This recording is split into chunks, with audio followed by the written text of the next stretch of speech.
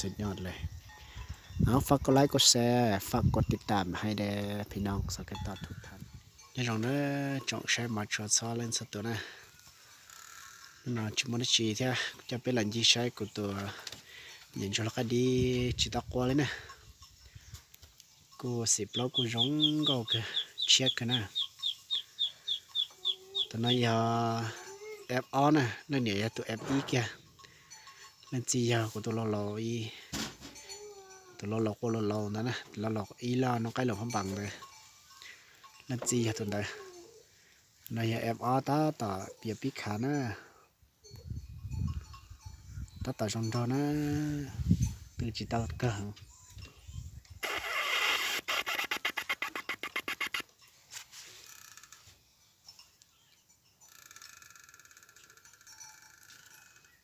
ตัวน้อยตัวคู่ตัวกูจะขวาสองกันนะ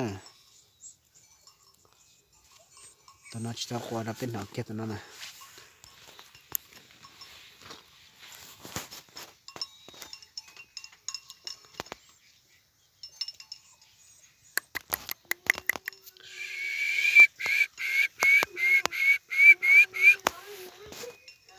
จับล้อนะก็เกจะกอดนะเล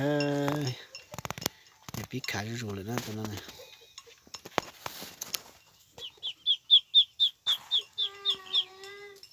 ก็จะเป็นมาใช้ตัว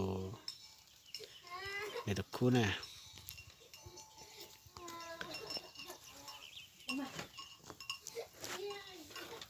กูมาถ่ายขอวิดีโอในตัวคู่กูยังไม่จะหลับจอแล้วขอวิดีโอนะชักกะหลังจะเป็นมาใช้กินนะจับพวกเยอะนะเช่นตัวโคกวอลิจานะ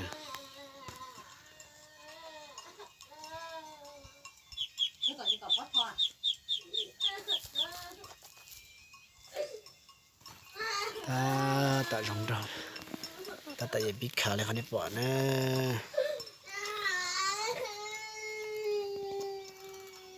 ก็เราจะไปมาเช่นตะคู่นะตะคู่ถ้าจะขับขีดปกครองมันจะหลับจอแล้วขับขีดนะจะไปมาใช้กินนะ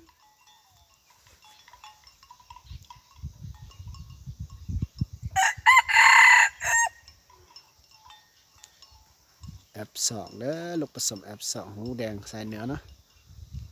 กำลังงามเลยนี่โคตรงามเลยแอปสองก็ระดับนี้แล้วความงามนะหอดก็ประมาณนี้แหละความสวยงามนี่สุดยอดแหละ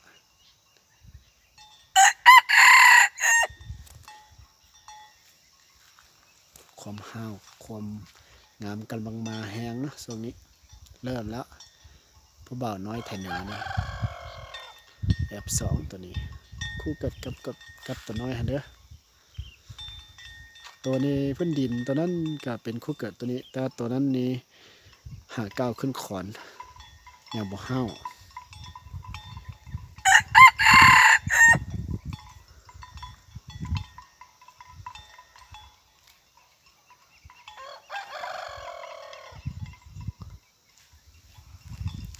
ประดอนเสียวเข้าป่าลองไป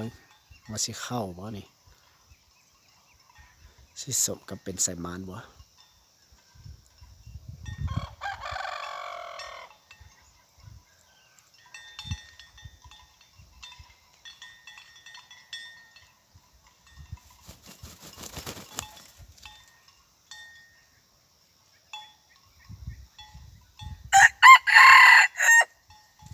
สุดยอดเลยเอาฝากกดไลค์กดแชร์ฝากกดติดตามให้แด่พี่น้องสเก็ตต่อทุกท่านขอบใจที่รับชมเนาะขอบใจหลาย